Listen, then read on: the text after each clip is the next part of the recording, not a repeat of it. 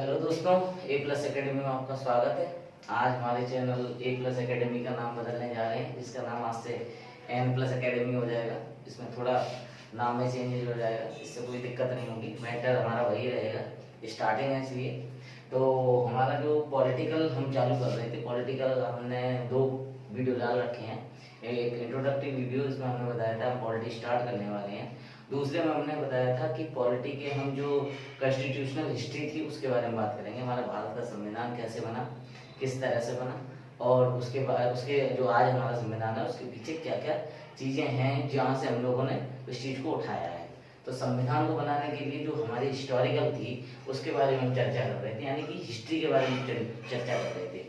Chapter का नाम था संवैधानिक पृष्ठभूमि, जिसमें हमने तो कुछ एक्ट बताए थे आपको कि कुछ एक्ट जो थे वो कंपनी की तरफ से बनाए गए थे, कुछ एक्ट ब्रिटिश सरकार की तरफ से बनाए गए थे। उनको हमने क्या किया था, कुछ एक्ट को डिवाइड किया था, कंपनी के एक्ट अलग और हमने उसके ब्रिटिश ताश के एक्टों को अलग डिवाइड किया था।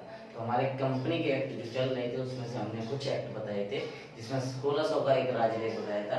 राजलेख जिस पर चर्चा की गई थी, जो 1600 में एक प्रस्ताव पास किया गया था, जिसमें ईस्ट इंडिया कंपनी को ईस्ट एशिया में, ईस्ट इंडिया की तरफ, ईस्ट की तरफ व्यापार करना था। उसके लिए उन्होंने राशि जुटाई थी। उसके बाद 1600 के बाद 1726 बताया मैंने, उसके बाद 1773 बताया, उसके बाद लास्ट जो एक्ट था वो हमारा था act of settlement. Act of settlement क्या था 1781 का, जो कि एक एक्ट ऑफ सेटलमेंट नाम इसलिए दिया गया था क्योंकि उसमें कुछ चेंजेस किए गए थे। एक्ट ऑफ सेटलमेंट के बाद जो बहुत इंपॉर्टेंट एक्ट है, उससे पहले एक और एक्ट जो हम बता चुके हैं आपको, 1773 का रेगुलेटिंग एक्ट। उसमें क्या था, हमने आपको बताया था कि कोर्ट की स्थापना की गई थी, सुप्रीम कोर्ट की स्थापना की गई थी, जो कि 1773 के कोर्ट में, जिसके हमने कुछ जजेस के नाम बताए थे, मुख्य न्यायाधीश थे, उसके अलावा 3 न्यायाधीश और थे। उसके बाद एक्ट ऑफ सेटलमेंट आया था। एक्ट ऑफ सेटलमेंट के बाद जो आज हम चर्चा करने जा रहे हैं वो है Pitt's India act. Pitt's India act में क्या था दोस्तों, 1781 का जो एक्ट था, जिसको हम लोग एक्ट ऑफ सेटलमेंट बोल रहे थे, इसमें क्या था, इसकी असफलता के बाद ये एक्ट लाया गया।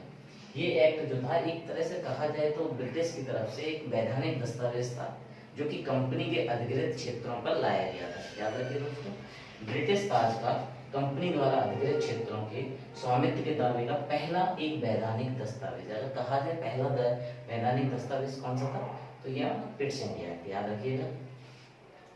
तो इसमें हुआ क्या था, इसमें भारत में जितने भी ब्रिटिश आधिकारिक क्षेत्र, हाँ एक चीज हो, इसमें ये दस्तावेज था वैधानिक दस्तावेज, इसका एक शीर्षक था जिसका नाम था भारत में ब्रिटिश अधिकाराधीन क्षेत्र, यानी कि भारत में जितने भी ब्रिटिश कंपनी के द्वारा जितने भी क्षेत्र अधिकार में दिए गए थे, उन क्षेत्र के लिए लाया गया दस्तावेज, जिसका नाम भारत में ब्रिटिश अधिकाराधीन क्षेत्र। इसमें क्या था दोस्तों, इसमें आपको पीछे वाले एक्ट में मैंने बताया था कि इसमें कंपनी के कुछ व्यापारिक काम होते थे और राजनीतिक काम भी हुआ करते थे। उन कामों को सबको पहले मिक्सअप किया जाता था, मतलब एक साथ ही होते थे, कोई एक मतलब आइसोलेशन नहीं था, अलग अलग नहीं किए जाते थे। इस एक्ट के जरिए क्या हुआ, अंग्रेजों ने इस एक्ट में कंपनी के व्यापारिक और राजनीतिक मामलों को अलग कर दिया। कंपनी के व्यापारिक मामले, जो बिजनेस से जुड़े हुए काम थे, वो अलग कर दिए गए, जिसको निदेशक मंडल हैंडल कर रहे थे। जो निदेशक हमने बताया था बोर्ड ऑफ डायरेक्टर, ये इसको हम लिख देते हैं यहाँ पे शॉर्ट में, बीओडी। बीओडी के कंट्रोल में था ये कौन सा, व्यापारिक मामले। ध्यान रखिए दोस्तों, ये क्वेश्चन कई बार पीसीएस में पूछा गया कि व्यापारिक मामले और राजनीतिक मामलों को किस एक्ट के तहत अलग किया गया था, तो याद रखिएगा पिट्स इंडिया एक्ट के तहत। दूसरा, इसके बोर्ड ऑफ जो व्यापारिक मामले थे उसका जो कंट्रोल था वो वहाँ के निदेशक मंडल के अंदर में था, जिसको बोला जाता था बोर्ड ऑफ डायरेक्टर। नेक्स्ट जो राजनीतिक मामले थे, राजनीतिक मामले जैसे कि हम लोग बोलते हैं जो सैनिक की गतिविधियां थी, और आपके यहाँ सैनिक थे, राजस्व रेवेन्यू जनरेट करना, रेवेन्यू कलेक्ट करना, ये सारे जो मामले थे वो इंग्लैंड में जो हमारी बीओसी बनी थी, बोर्ड ऑफ कंट्रोल, उसके अंतर्गत किए गए थे। मतलब कि व्यापारिक मामले को बोर्ड ऑफ डायरेक्टर हैंडल कर रहा था और दूसरा राजनीतिक मामलों को बोर्ड ऑफ कंट्रोल कर रहा था।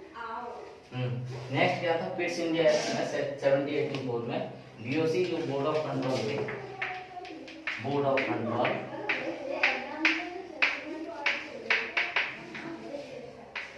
के बिना कोई भी संघर्ष नहीं, कोई सहायता नहीं, कोई आश्वासन देने का कोई अधिकार नहीं था। तो क्या था, बीओसी की अनुमति के बिना, यानी कि अगर जब तक बीओसी की अनुमति नहीं है, बोर्ड ऑफ कंट्रोल की, इसके बिना ना तो कोई संघर्ष होता था किसी भी राजा से अंग्रेजों का, ना ही कोई सहायता, ना कोई आश्वासन दिया जाता था। सदस्यों की नियुक्ति जो थी वो सम्राट की तरफ से की जाती थी। याद रखना दोस्तों, सदस्यों की नियुक्ति सम्राट की तरफ से की जाती थी। गवर्नर परिषद के जो सदस्य थे वो स्टार्टिंग में 4 किए गए थे, उसके बाद 4 को घटा के 3 कर दिया गया, यानी 4 से 3 कर दिया गया। एक को प्रांत, इन्हीं में से एक को प्रांत का सेनापति भी नियुक्त किया गया। याद रखिएगा, एक को प्रांत का सेनापति नियुक्त किया गया। जीजी को प्रांतीय सरकार को बर्खास्त करने का पूरा अधिकार दे दिया गया।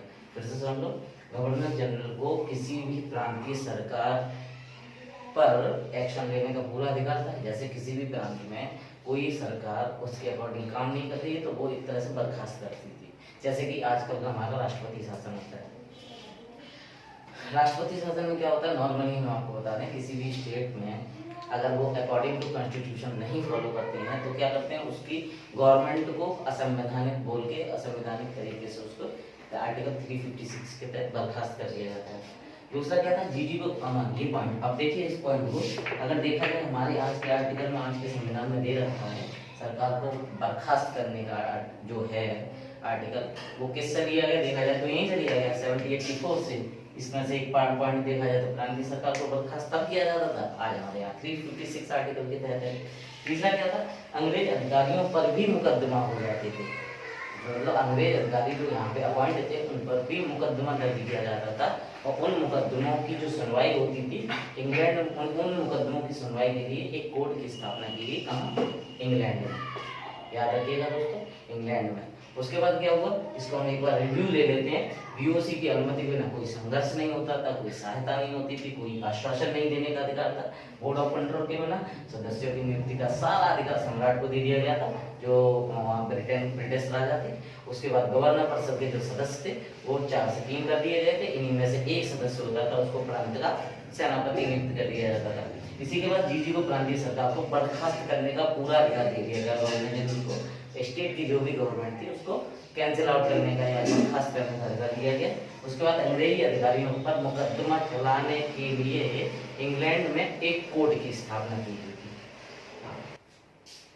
उसके बाद क्या था दोस्तों, कंपनी को कर्मचारियों को उपाल लेना जो लेते थे यहाँ के राजाओं से, मतलब भारत के अंदर देश के राजाओं के अंदर, नरेश के अंदर जो भी वो होते थे वजीर वगैरह टाइप के, राजा टाइप के, उन लोगों से जो उपहार लेते थे अंग्रेज लोग, उस पर भी बैन लगा दिया गया इस एक्ट के तहत।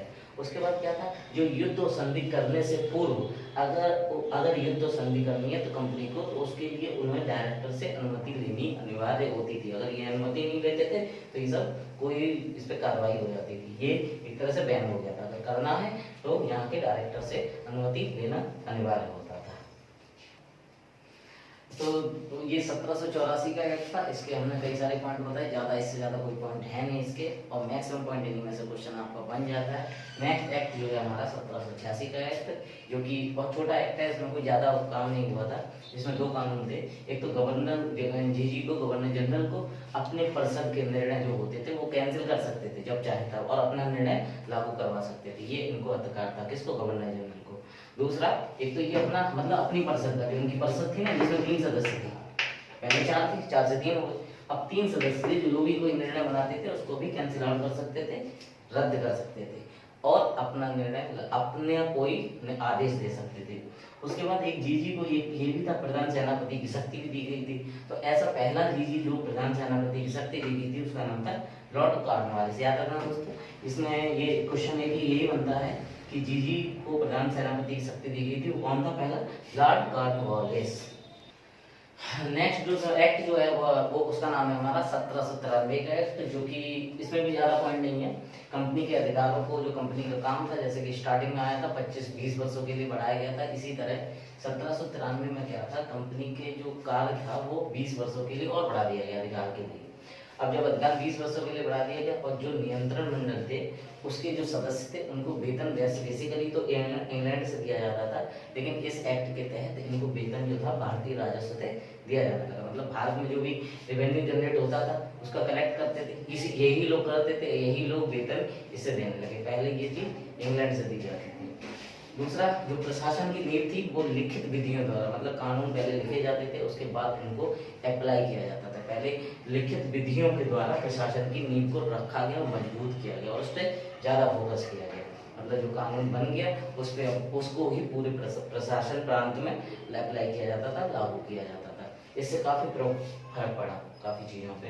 दूसरा, कानून की जो व्याख्या थी, जैसे आजकल के तो हमारे यहाँ जो भी कुछ चीज़ें जो संविधान में, कॉन्स्टिट्यूशन में, हमारे संविधान में जो एक्सप्लेन नहीं है उसकी व्याख्या कौन करता है? Supreme court. तो वही चीज़ आपको मैं इसलिए ये चीज़ बता रहा हूँ क्योंकि ये संविधान जो है, जो पीछे के एक्ट हैं वो आज के हमारे संविधान से भी कहीं ना कहीं जुड़े हुए हैं। तो अगर हम कहें कानून की व्याख्या जो की जाती थी उस समय जो की जाती थी, जो 1793 के एक्ट में थे, जो भी कानून की व्याख्या की जाती, जो भी कानून बनता था, कोई भी एक्ट बनता था, उसकी व्याख्या करती, जिसका एक्सप्लेनेशन उस कानून में नहीं होता था उसका जो एक्सप्लेन किया जाता था वो वहाँ की सुप्रीम कोर्ट या जो भी कोर्ट होती थी वो कोर्ट करती थी। जैसे आजकल के हमारे संविधान में जैसे मूल ढांचा जैसे बोला जाता है, संविधान का मूल ढांचा क्या है, तो मूल ढांचे की जो एक्सप्लेनेशन होता है, मूल स्ट्रक्चर का जो एक्सप्लेनेशन होता है, कौन करता है? Supreme court. उसी तरह यहाँ पे कानून की व्याख्या जो भी होती थी, जो भी बचता था, जो भी एक्स्ट्रा कोई कंटेंट जुड़ता था, उसकी व्याख्या कोर्ट करता था। जितने भी बिल में या एक्ट होते थे, जो भी एक्सचेंज होते थे, उनके बारे में भी कोर्ट ही निर्णय देता था। तो दोस्तों ये एक्ट हमारा 1793 था, जिसमें 4 से 5 ही पॉइंट दे रखे हैं, इससे ज़्यादा है नहीं। इसमें आज हमने कितने एक्ट वो किए? 1784 Pitt's India act. Pitt's India act के बाद हमारा गया 1781, सॉरी 1700, इसके बाद कौन सा किया था हमने? 1784 के बाद, एक सेकेंड,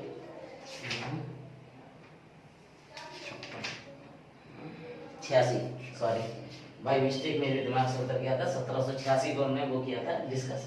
1786 के बाद हमने 1793 किया और 1793 के बाद जो हम अगले वीडियो में करने वाले हैं वो है 1813 एक्ट। यहाँ से एक्टों का थोड़ा कंटेंट बढ़ेंगे, इनके पॉइंट बढ़ेंगे और जो कि हमारे क्वेश्चन के प्रतियोगी परीक्षाओं के लिहाज से काफी इंपॉर्टेंट होता है। दोस्तों यहाँ तक तो जो एक्ट थी वो केवल प्रशासन, जो गवर्नमेंट थी, ब्रिटिश गवर्नमेंट थी, कंपनी था, वो केवल अपने पे ही कर रहा था काम, सारा काम अपने पे कर रहा था, अपने लोगों पे कर रहा था और अपने लिए ही राजस्व वगैरह जो भी कर रहा था वो अपने ऊपर कर रहा था, अपनी सेना पे कर रहा था। और ये प्रशासन है और जो सदस्य थे, नियंत्रण मंडल था, ये सब क्या था? उसी के लिए था, कंट्रोल करने के लिए लिया वो। अब क्या हुआ 1813 में, इसके बाद जो एक्ट आएगा जिसको मैं कल डिस्कस करूंगा, बहुत ज्यादा इंपॉर्टेंट है, नेक्स्ट वीडियो में आएगा। उसमें क्या था, अब इन्होंने सोचा कि भारतीयों को भी क्यों ना पढ़ाया जाए। क्यों सोचा? इन्होंने ये सोचा कि भारतीयों को जब हम पढ़ाएंगे तो ये बाहर से जो हम क्लर्क वगैरह की छोटी छोटी पोस्टें हैं, इनको जो बाहर से लेके आते हैं, क्यों ना हम इन्हीं को ले लेंगे। तो इसके लिए 1813 एक्ट लाया गया। इससे काफी ज्यादा यहाँ से इंपॉर्टेंट क्वेश्चन बनेंगे नेक्स्ट हमारे एक्ट से। ये तो सिंपल थे लेकिन क्वेश्चन कहीं से भी आ सकता है, एवरीथिंग इज इम्पोर्टेंट। क्वेश्चन कहीं से भी आ सकता है, मिलान के लिए आ सकता है, एक्टों को मिलाया जा सकता है, कुछ भी पूछा जा सकता है। इसलिए 1813 एक्ट से इंडिया के लोगों पर भी खर्चा किया जाने लगा। यहाँ से ईसाई मिशनरी भी आने लगे थे और यहाँ पे इंडियंस को पढ़ाने के लिए भी पैसे दिए जाने लगे थे। सोचिए दोस्तों, तो यहाँ से काफी इंटरेस्टिंग पॉइंट आने वाले हैं जो हमारे अगले वीडियो में आएंगे। इसलिए नेक्स्ट वीडियो के लिए 1813 एक्ट को, 1813 के बाद 1833 एक्ट, उसके बाद 33 के बाद हम 1856, 1857 की क्रांति के बाद 1858 एक्ट देखेंगे, 1861 एक्ट देखेंगे। इन एक्टों के बाद हम 1909 की तरफ चलेंगे, 1909, 1919, 1935 एक्ट, 1935 1947, उसके बाद देश आजाद। तो इन एक्टों पे काफी ब्रीफली चर्चा होगी दोस्तों। इसलिए अगले एक्टों को बहुत इंपॉर्टेंट, बहुत अच्छे कंटेंट को पाना है तो इसके लिए हमारे चैनल से जुड़े रहिए और N+ एकेडमी से जुड़े रहिए, लाइक कीजिए, सब्सक्राइब कीजिए। और हाँ दोस्तों, आज हमारे चैनल का नाम बदल गया है, A+ एकेडमी से N+ एकेडमी रख दिया गया है, जो कि कोशिश की जाएगी आप लोगों की सारी मूलभूत आवश्यकताओं की पूर्ति की जा सके। तो हमारे चैनल से जुड़े रहिए, लाइक कीजिए, सब्सक्राइब कीजिए। धन्यवाद।